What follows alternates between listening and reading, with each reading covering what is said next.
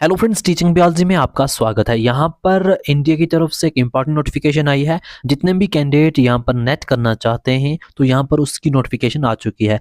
तो ये CSIR net है। तो मैं आपको यहाँ पर बताऊंगा कब से फॉर्म फिल करना है, इसका क्या क्राइटेरिया रहता है, एलिजिबल कौन कैंडिडेट्स हैं और यहाँ पर इसका बेनिफिट क्या है, पेपर पैटर्न क्या रहने वाला है। सब कुछ डिटेल में जानने के लिए आपने ये वीडियो एंड तक देखना है। तो यहाँ पर आप देख सकते हैं नोटिफिकेशन जो है वो आ चुकी है इंडिया की तरफ से, क्योंकि इसका पेपर जो है वो NTA कंडक्ट करता है।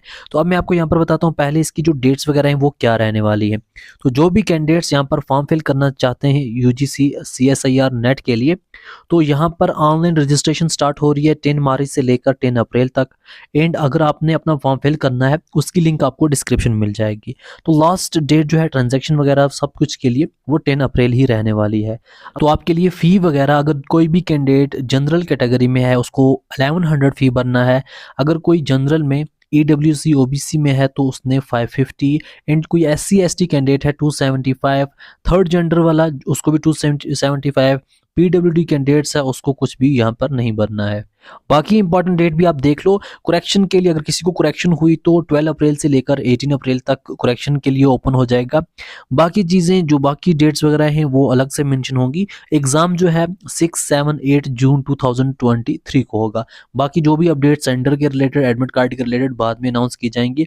आपका एग्ज़ाम जो है वो CBT होगा, कंप्यूटर बेस्ड टेस्ट होगा। ऑब्जेक्टिव टाइप क्वेश्चन आएंगे। 180 मिनट्स 3 घंटे का टाइम होगा।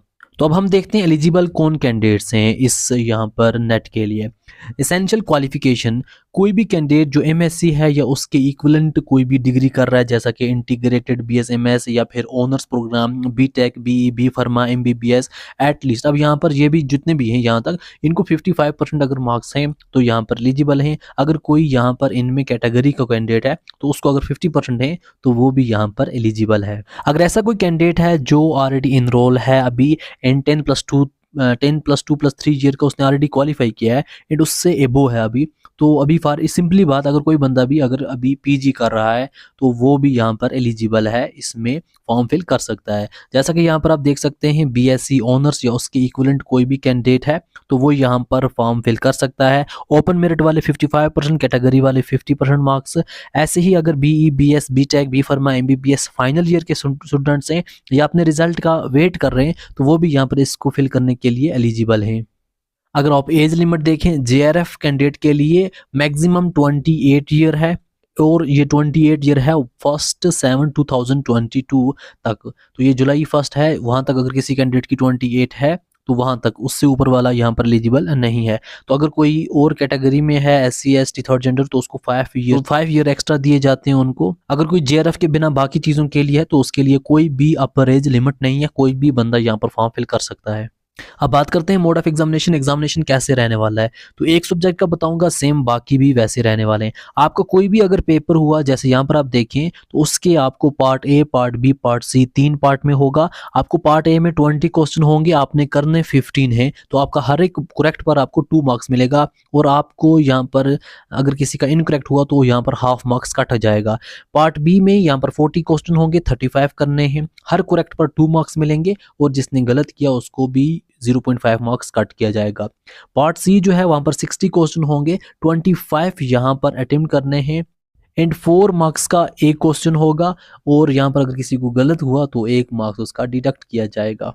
जैसा कि यहाँ पर बताया गया है, आपने पहले में 15 अटेम्प्ट करने हैं 20 में से, 35 अटेम्प्ट करने 40 में से, पार्ट C में 25 अटेम्प्ट करने 60 में से। अगर किसी कैंडिडेट ने ज़्यादा अटेम्प्ट किए तो उसके पहले जो 15 है या पहले 35 है या पहले 25 है वही चेक किए जाएंगे। तो पार्ट A वाला जो पोर्शन है उसमें सभी सब्जेक्ट्स के लिए कॉमन होगा, सब सब्जेक्ट के लिए वो कॉमन होगा। इसमें आपको जनरल एप्टीट्यूड के क्वेश्चन पूछे जाएंगे, जिसमें रीजनिंग आ जाती है, ग्राफिकल एनालिसिस आ जाएगा, न्यूमेरिकल एबिलिटी वगैरह आ जाएगी, पजल्स वगैरह आ जाएंगे।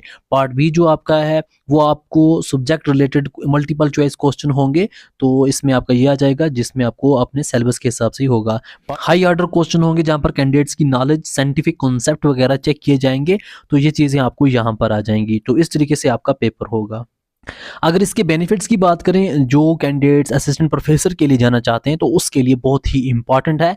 तो अगर आप नेट यहाँ पर क्रैक करके बैठे हो, आपने पीजी के बाद नेट किया है, तो अगर आपने पीएचडी नहीं भी किया तब भी आप असिस्टेंट प्रोफेसर तक जा सकते हो। असिस्टेंट प्रोफेसर का एग्ज़ाम जो है वो उसके लिए आप एलिजिबल हो जाओगे, तो इसलिए ये बहुत इंपॉर्टेंट है। तो बाकी चीज़ें अगर आपको चाहिए होंगी तो कमेंट करके बताना, ताकि बाकी चीज़ें भी आप तक हम पहुँचा सकें। इस वीडियो को देखने के लिए थैंक यू सो मच।